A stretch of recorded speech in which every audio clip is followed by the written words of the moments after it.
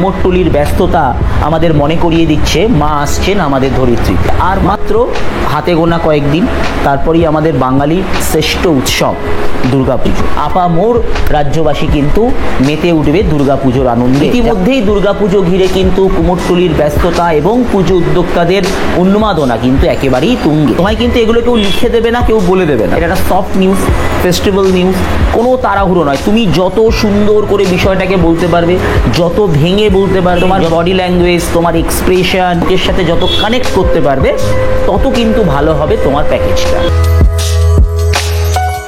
আর মাত্র হাতে গোনা কয়েকদিন, তারপরেই আমাদের বাঙালির শ্রেষ্ঠ উৎসব দুর্গাপুজো। দুর্গাপুজো শুধুমাত্র একটা উৎসবের মধ্যেই সীমাবদ্ধ নয়। এই দুর্গাপুজোর প্রাক্কালে, দুর্গাপুজোর আগে আমরা প্রচুর বিভিন্ন পুজো মণ্ডপে আমরা নতুন নতুন শিল্প দেখতে পাই, নতুন নতুন ক্রিয়েটিভ কাজ, যেগুলো উত্তর কলকাতা, দক্ষিণ কলকাতা, আমাদের কলকাতা এবং বিভিন্ন জেলাতে কিন্তু আমরা তাদের পুজো মণ্ডপে আমরা দেখতে পাই। আগে দুর্গাপুজো বানিয়ে আমরা কি দেখতাম? দুর্গাপুজো বানিয়ে আমরা দেখতাম যে একচালা সাবেকি প্রতিমা।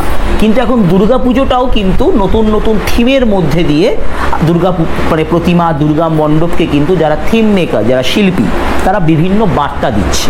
কোথাও নারী শক্তি, কোথাও আমরা বিশ্ব উষ্ণায়ন, কোথাও আমরা প্রকৃতি, কোথাও আমরা বৃক্ষরোপণ, আমরা বিভিন্ন রকমের থিম কিন্তু আমরা দুর্গাপুজোর মাধ্যমে দেখছি। আর দুর্গাপুজো মানেই হচ্ছে উত্তর কলকাতা আর দক্ষিণ কলকাতার মধ্যে একটা কিন্তু ঠান্ডা লড়াই চলে। উত্তর কলকাতা বলে আমরা এগিয়ে, দক্ষিণ কলকাতা বলে আমরা এগিয়ে। কিন্তু সাবেকিয়ানা পুজো বা এই সাবেকিয়ানার জন্ম যদি বলা যায়, সেটা কিন্তু উত্তর কলকাতা। আর থিমের পুজোর যদি জন্মদাতা বলা হয়, সেটা কিন্তু দক্ষিণ কলকাতা। কিন্তু দক্ষিণ কলকাতাতেও সাবেকি পুজো হয়, আবার উত্তর কলকাতাতেও সাবেকি পুজো হয়। তো এই পুজো মণ্ডপের প্রস্তুতিগুলো, যেগুলোকে আমরা প্রি পুজো কভারেজ বলি, এগুলো প্রত্যেকটি চ্যানেলে কিন্তু রিপোর্টাররা করে থাকে। এবং এগুলো একদম শুরুর দিকে যারা ধরো নতুন টেলিভিশন চ্যানেলে জয়েন করে, তাদেরকে বলা হয় যে তোমরা এই কভারেজগুলো করো, তোমরা এই প্যাকেজগুলো লেখো, বা তোমরা এই রিপোর্টিংগুলো করো, তোমরা ওয়াক থ্রু করো, তোমরা পিটিসি দাও, তোমরা ভক্স পপ নাও, তাদের সাথে ইন্টারভিউ করো। তো এগুলো তোমাদেরকেও আগামী দিনে কিন্তু করতে হবে। তো আমরা ফার্স্টে কি করব? ফার্স্টে আমরা ওভারঅল দুর্গাপুজো নিয়ে আমরা খুব সুন্দর করে একটা বক্তব্য পেশ করব, যেমনটা তোমাদের আমি লিখিয়ে দিলাম যে শরতের আকাশ, কোথাও বা কুমোরটুলির ব্যস্ততা আমাদের মনে করিয়ে দিচ্ছে মা আসছেন আমাদের ধরিত্রীতে। মাত্র হাতে গোনা আর কটা দিনের অপেক্ষা, তারপরেই কিন্তু ঢাকে কিন্তু কাঠি পড়বে। আবার বাঙালি আপামোর রাজ্যবাসী কিন্তু মেতে উঠবে দুর্গাপুজোর আনন্দে, যার জন্য আমরা প্রত্যেকে অপেক্ষা করে থাকি 365 দিন। ইতিমধ্যেই দুর্গাপুজো ঘিরে কিন্তু কুমোরটুলির ব্যস্ততা এবং পুজো উদ্যোক্তাদের উন্মাদনা কিন্তু একেবারেই তুঙ্গে। কোথাও বা উদ্বোধন মহালয়াতে, কোথাও বা উদ্বোধন প্রথমা বা দ্বিতীয়াতে, কেউ বা সাবেকিয়ানা, কেউ বা থিমের লড়াইয়ে নজর কাটতে চলেছে মানুষের।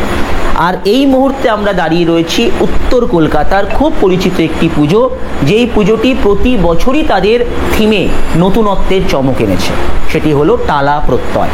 টালা প্রত্যয় মানেই আপনারা জানেন নতুনত্বের ছোঁয়া।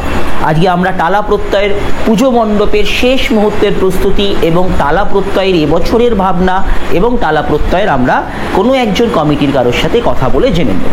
এবার তাকে তোমরা প্রশ্ন করলে, প্রশ্ন করার পর সে কিছু উত্তর দিল, তার উত্তর থেকে 2-3 লাইন তোমাদেরকে নিজেদের বানিয়ে বলতে হবে। ধরো সে বললো যে আমরা এবার নারী শক্তির যে জয়গান আমরা দেখেছি, অভয়াকাণ্ড, অপারেশন সিন্দুর তো একটা পুজো মণ্ডপ অলরেডি করছে লেবুতলা পার্ক। তো আমরা নারী শক্তির জয়গান, আমরা এটাকেই আমাদের থিমের মধ্যে দিয়ে বার্তা দিয়েছি। তখন তোমাকে আজিকর কাণ্ড, অভয়াকাণ্ড, মেয়েদের রাত দখল, ইতিমধ্যেই কসবা ল কলেজের ঘটনা, এই ঘটনাগুলোকে 2-1 লাইন বলতে হবে যে মা দুর্গা নারী শক্তির জয় নিয়ে, নারী শক্তিকে নিয়ে তিনি কিন্তু আসছে। এবং আমরা প্রত্যেকেই জানি মহালয়া মানে হচ্ছে পিতৃপক্ষের অবসান, মাতৃপক্ষের সূচনা। তো এগুলো কিন্তু তোমার নিজের নলেজ, তোমায় কিন্তু এগুলো কেউ লিখে দেবে না, কেউ বলে দেবে না। তোমরা ক্লাস করছো তাই তোমাদেরকে এই পুরো প্যাকেজটা আমি লিখিয়ে দিলাম। পুজো মণ্ডপে গিয়ে এটা তোমাকে কিন্তু রেডি করতে হবে এবং ইনস্ট্যান্ট রেডি করে সেই যে উদ্যোক্তা তার লাইন এবং তোমার মতো করে লাস্টে তোমাকে একটা কি করতে হবে, তোমাকে একটা সাইন আউট সাজাতে হবে, পিটিসি সাজাতে হবে।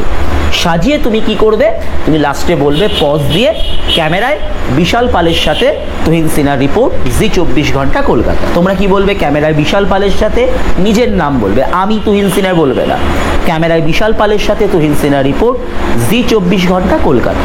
কোথাও কোনো তাড়াহুড়ো করবে না, এটা একটা সফট নিউজ, ফেস্টিভ্যাল নিউজ, কোনো তাড়াহুড়ো নয়। তুমি যত সুন্দর করে বিষয়টাকে বলতে পারবে, যত ভেঙে বলতে পারবে, যত ডিটেলিংয়ে বলতে পারবে, তোমার বডি ল্যাঙ্গুয়েজ, তোমার এক্সপ্রেশন, তোমার চোখের ইশারা, তোমার মুখের স্মাইল যত সুন্দর হবে, তোমার প্রোনাউন্সিয়েশন, তুমি যত ধীরে ধীরে বলতে পারবে, লোকের সাথে যত কানেক্ট করতে পারবে, তত কিন্তু ভালো হবে তোমার প্যাকেজটা।